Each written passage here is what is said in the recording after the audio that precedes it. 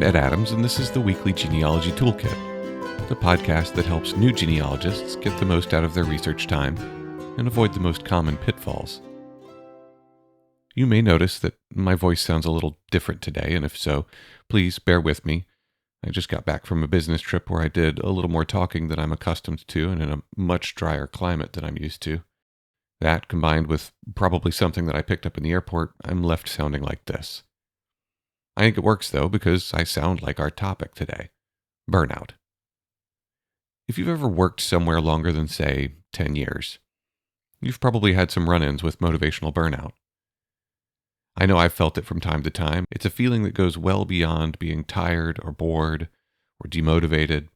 It's a soul-crushing sense of immobility. You simply can't make your mind or body focus on the tasks at hand because you're just burnt out. This is usually the time to spend some of your banked up vacation time or see if perhaps there's a role change for you within your organization. Either way, there's usually a few different ways to avoid having to quit your job and start the dreaded process of finding new employment. Likewise, in genealogy, even though for most of us it's just a hobby and not a career, burnout is a real thing that almost all of us will experience if we stay with it long enough. If you've been researching for a few years, and you're past finding all the easy stuff, and now wherever you look in your family tree you see a wicked problem that you just don't know how to solve, you might be flirting with burnout. First things first, if this is you, it's okay. If you're having the feeling that you just can't spend one more minute on Ancestry digging into your family, then don't. Just because you may not be actively working on one of your key projects doesn't mean that you have to give up on genealogy. It's a big field, and there's a lot of places where you can build your skills and recharge yourself at the same time. So what can you do if you've hit that wall and the thought of more genealogy has you contending with a growing sense of dread? Well, before anything else, I'd say allow yourself a break. You can take a passive break. Say that you're going to explore some of your other interests and clear your mind and recharge. But give yourself a calendar reminder, maybe a month or two in the future, to think about getting back into it. It's okay to take a break. I certainly hope it's not a break that ends up becoming permanent, but that's where the reminder can come in handy. This may be what you need, but there are ways to take both a break and continue to develop your skills in genealogy by taking what I call an active break, and there are several ways to do this. The first form of active break is to redirect your energy towards a different part of your tree. Most people hit their burnout by continuously and unsuccessfully trying to find that next generation back. If you've made some decent progress on your tree already, this can get harder and harder, and at some point, every line becomes a Herculean task. That doesn't mean that there's nothing to do on your tree, though.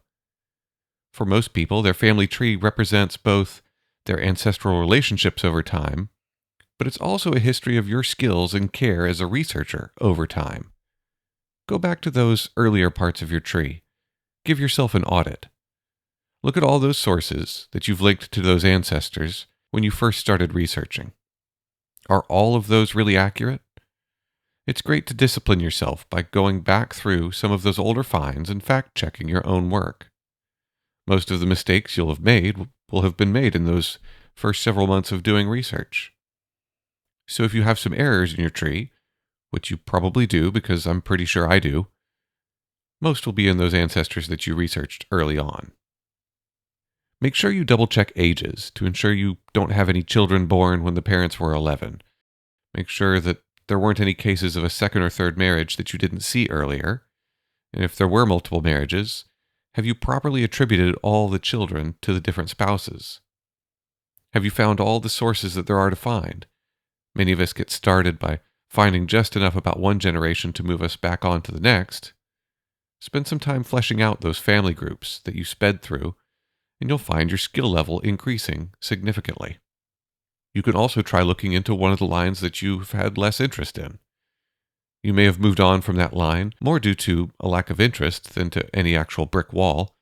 Sometimes I find it useful to go back on one of those lines and ask myself the question, why has this line not captured my interest like some of the others? Most often, if I'm being honest with myself, it's because that line is either located in an area that I'm unfamiliar with, or they belong to a people group that I don't know as much about. So in short, I basically just decided to not be interested in that line because that line represents a weak spot in my knowledge and experience. It's fun and easy to play around in your own cognitive backyard, but getting outside of your comfort zone can be challenging, and surprisingly, when you've encountered burnout, sometimes the cure can be as simple as changing up the kind of challenge that you're facing. This brings me to another possible area of exploration when you've hit the wall. Like I said, genealogy is a big field, and it doesn't always consist of record finding and family tree edits. Let's say you look back at one of those lines that you've not been so interested in, and you found that's because they were German Mennonite and you just don't know anything about them. Well, get off the genealogy sites and start learning about early German immigrants, or learn about American Mennonite communities, learn about the Radical Reformation. Any of those things are a breath of fresh air from the slog of trying to get past a particular brick wall, and they'll all leave you better prepared to do better research in the future. Try introducing a friend to genealogy. This is probably an episode in and of itself because this has to be done carefully, since most people get glassy-eyed and semi-comatose when you start talking about your half-first cousins once removed. But if you find the right moment and the right way, offer to help a friend explore their own past. If you do, please also tell them about this podcast. But seriously, helping others with their families is a great way to explore other skills in genealogy. If you've never had to contend with an adoption, but find that your friend's grandfather was adopted, you're about to learn some new skills. If you've never worked on a Jewish line, but your friend's name is Goldstein, you're about to learn a lot. If your friend is African American, get ready to learn some entirely new ways to do genealogy. Speaking of learning, you might find that the best way to take a break from your family history burnout is to go back to school. There are so many online learning resources these days for genealogy. You can just watch some YouTube tutorials, or perhaps you can tune in on a webinar, either live or recorded. There's a few resources for webinars, but I really like Legacy Tree Webinars. It's affordable, and there are so many good webinars on there, many of them by leading genealogists who are the unquestionable experts in their areas of concentration. You can try looking at everything that's available and then build a curriculum for yourself to work your way through during the course of a few months or a year. If you feel really ambitious, there are several online courses offered by accredited universities like Boston University, University of New Haven, or the University of Strathclyde, and there are some others as well. Some of those are really substantial investments in both time and money, but some offer more introductory ways to experience their online learning without having to take out another mortgage or quit your job. Look online for local genealogical societies or surname projects or cemetery preservation organizations. Try joining one of these organizations or projects and gain a new appreciation for the work that they do that we all benefit from. Visit a few dozen cemeteries in person, and you may find that the way that you go about searching for the burial places of relatives changes. Surname projects are a great way to get a sense of the bigger family. You may find yourself being able to back into your brick wall versus having to break through it.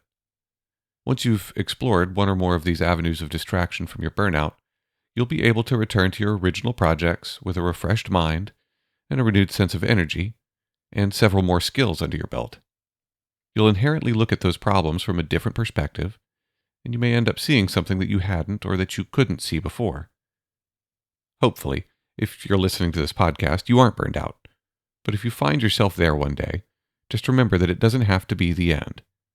If you have a friend who shares your interest in family history but seems like they might be waning on motivation, please share this episode with them. One of my ulterior motives in doing this podcast is to try to draw people into and keep them in the field of genealogy. We all benefit from each other's work, and one day, you might be able to help me in mine. If you heard something today that helped, feel free to reach out to me on Twitter at TheWGTPod. If you're really enjoying the podcast, please leave a review. Thanks for listening, and I'll see you next time.